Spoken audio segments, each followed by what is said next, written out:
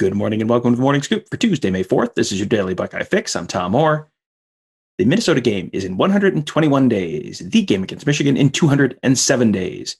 All spring long, we've been telling you that this offseason was going to have a lot more news than the ones in the past between the end of the recruiting dead period, the transfer portal.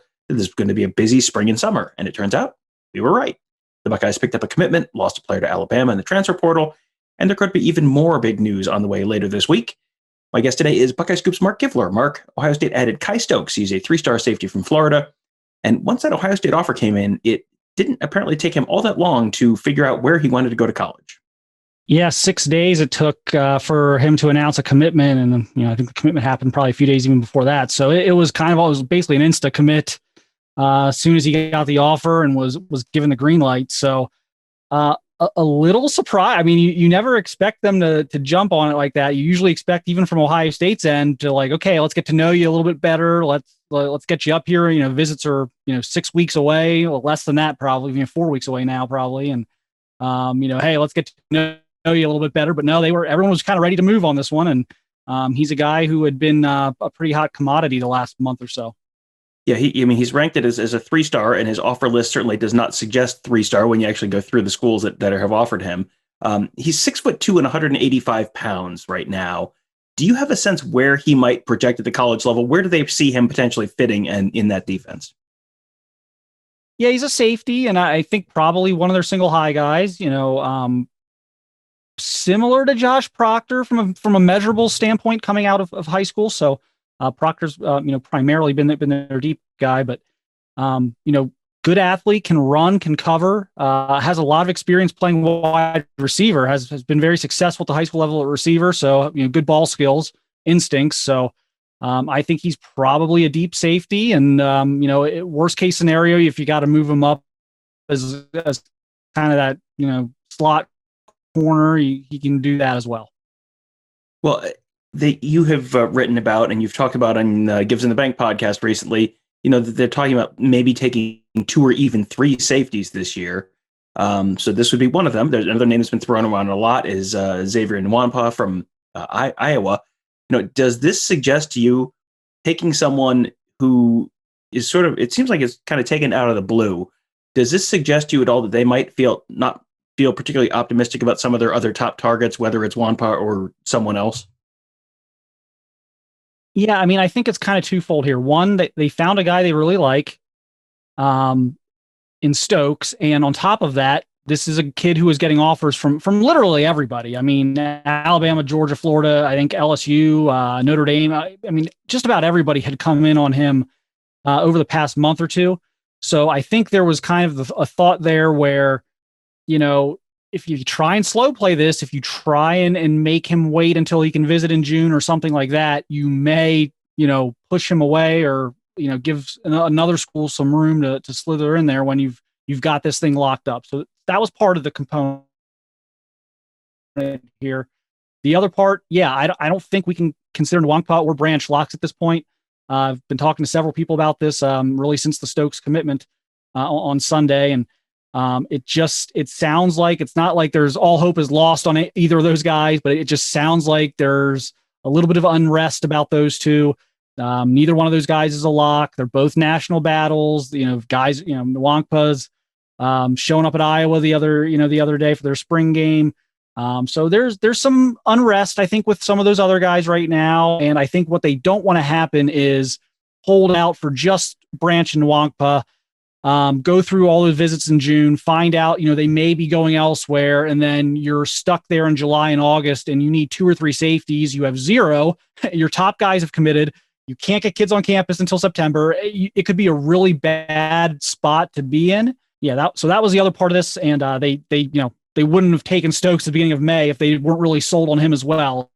So it was a 2-part component here to this, and both of those things can be true. They can be a little bit uneasy about where they are with the big name guys, and they can also really like Stokes. Well, some of those other big name guys are part of something you and Bill Greene have been working on. I'm going to say it's just the most ambitious project in the history of Buckeye Scoop. It is the Scoop 100, a ranking of the top 100 players in the nation in the class of 2022. You have been doing this during a year when it was much harder to scout guys in person than normal, which seems like you're taking a difficult thing and making it even more of a challenge. So this is a two-part question. Number one, what are you, stupid? Why'd you do it this year? And number two, how did you guys actually go about putting that list together? Yes, we are stupid, but no, we liked, the fact that we did get out to a lot of stuff in the fall. We got to some out of state stuff. We've been able to get to some camps this spring. We've seen a good bit of these guys. So and then of course with Huddle Film now, you can go and fill in gaps that way. But what we tried to do is we want to put together an unbiased top 100 list.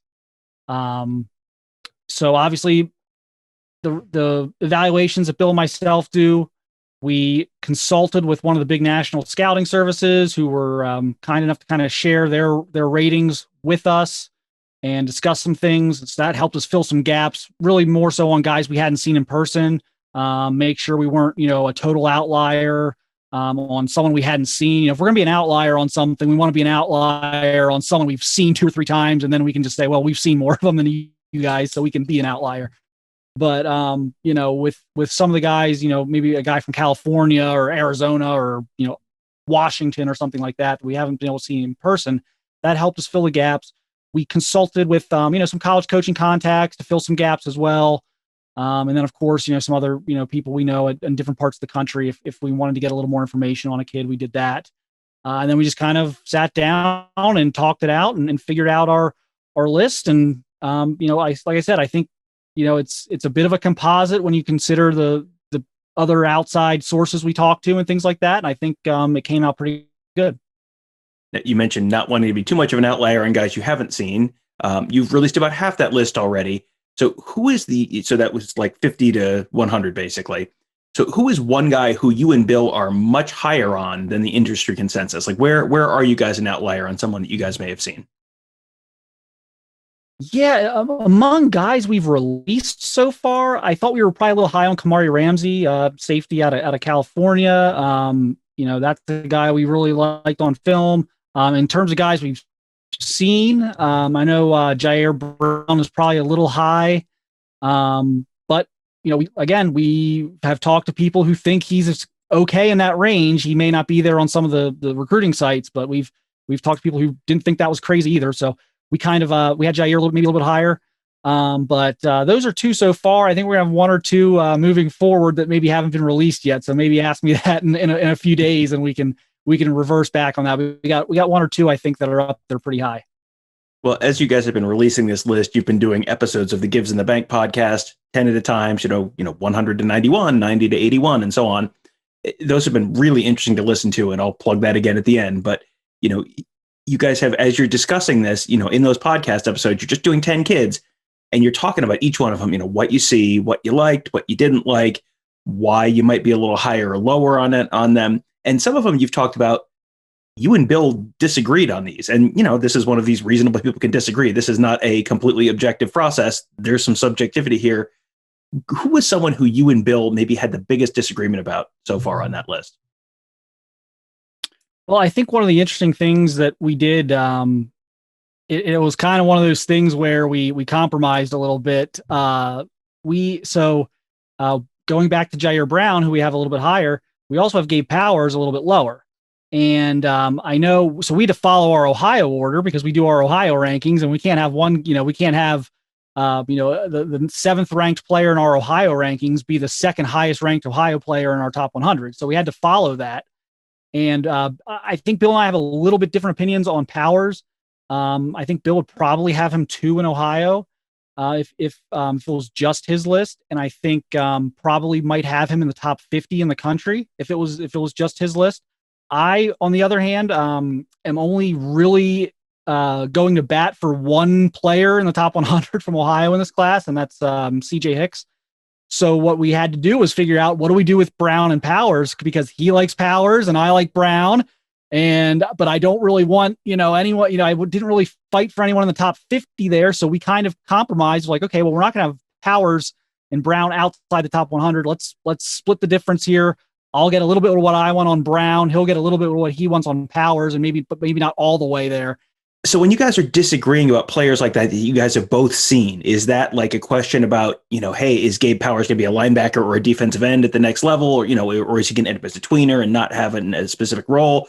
or is that just a differing sense of skill sets? Like what is the basis of a disagreement from us two people who have both seen these people in person to have kind of different opinions like that?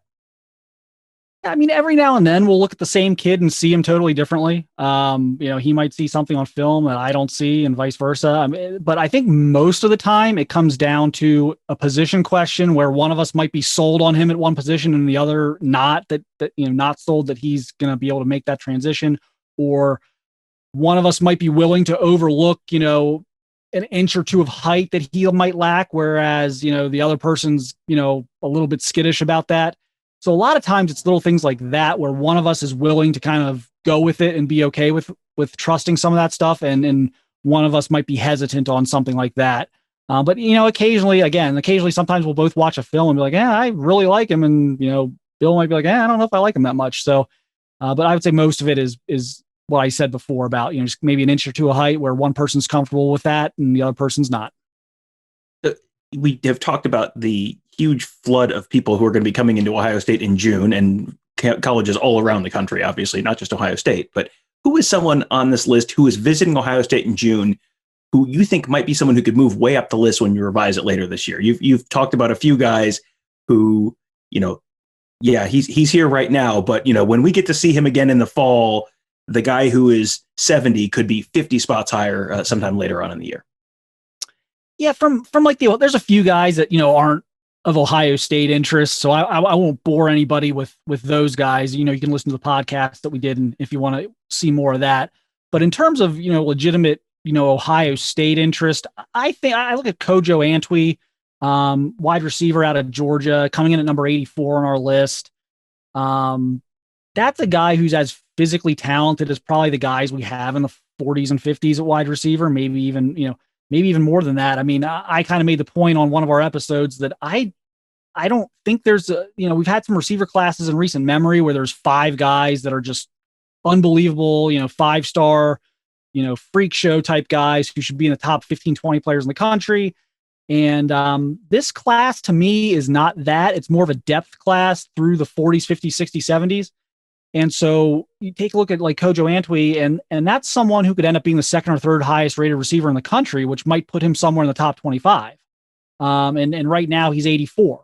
So I look at that position, especially where it's so tightly packed. We had such a issue kind of trying to slot these guys in the right order that I look at the receiver group, especially, but for Ohio State interest, Kojo Antwi is a guy who, could end up 40, 50 spots higher. Wouldn't shock me. How long did it actually take you to put this together? Because this is one of these things that you've talked about since the site launched last summer, and everyone, when are you guys going to release your own recruiting rankings? And I could just like almost hear you guys sighing through the computer monitor, like, oh, you have no idea how much work this is. So how long did it actually take you to put this whole list together? It took a few weeks, to be honest, because you got to put the list together. You got to fill gaps. So you've got to call contacts or look at what the scouting service thinks, call a coach you think might be able to help you out. And then you got to take that information back. You got to reevaluate everything. Then you can kind of get these guys into groupings of like, okay, this kid's a 5-star, this kid's a somewhere in the 70s or 80s. You can finally get them into groupings. Then you kind of argue about, okay, is he 71 or 78?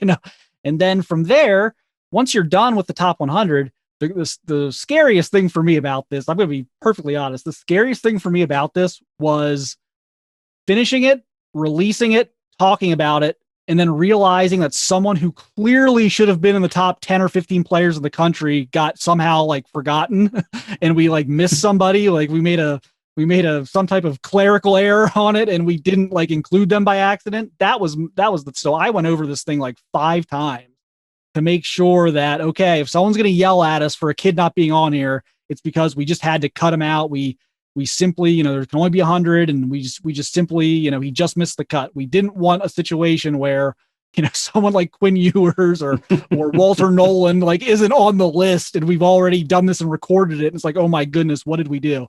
So that was my biggest fear. So that probably delayed us a couple of days, just me making sure I went over it over and over again to make sure that there was no like, obvious top 10 type of guy that didn't make the list because we were idiots.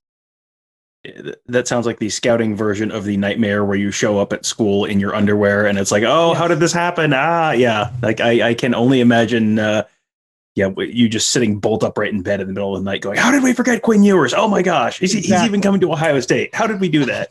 It was I actually had a lot of anxiety about that for like a week, like a whole week. I'm just like, I'm like, are we sure we didn't miss anybody? Are we sure Quinn Ewers is on the list? Are we sure, Walter Nolan or Jaheim Singletary's on the list? Like, yes, they're on the list. Okay. Well, you can, you'll be able to check Marc and find out if that's, hey, see, check Marc. Hey, didn't even mean to do that. You'll be able to check Marc's work and Bill's work and make sure they did not miss anyone by listening to all of the episodes of the Gives in the Bank podcast.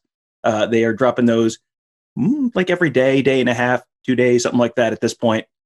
I had a long drive back from Tennessee this weekend and just listened to 100 all the way down to 50. And it was really entertaining. If you are a recruiting person and you want like a real, this is not a hour long on each kid or anything like that, but you want to know who these kids are, where they're looking at going to school, where they might fit at the college level.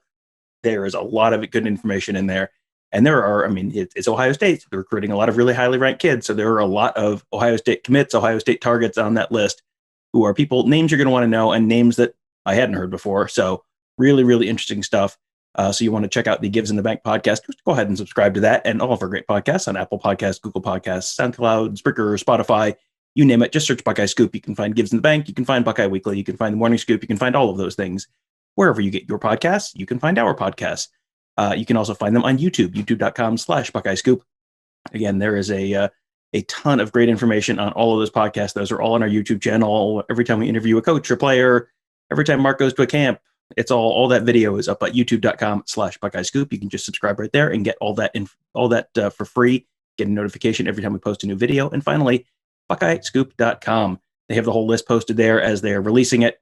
They are just doing it 10 people at a time. So you can find 100 through 50 or maybe 100 through 41 if they've released the next one by the time this podcast goes up on Tuesday morning. But you will be able to find all that at BuckeyeScoop.com. It's on the left-hand column. Just click on the rankings tab and it is right in there. So that'll do it for today. Thank you guys all for joining us. Have a great day. We will talk to you tomorrow.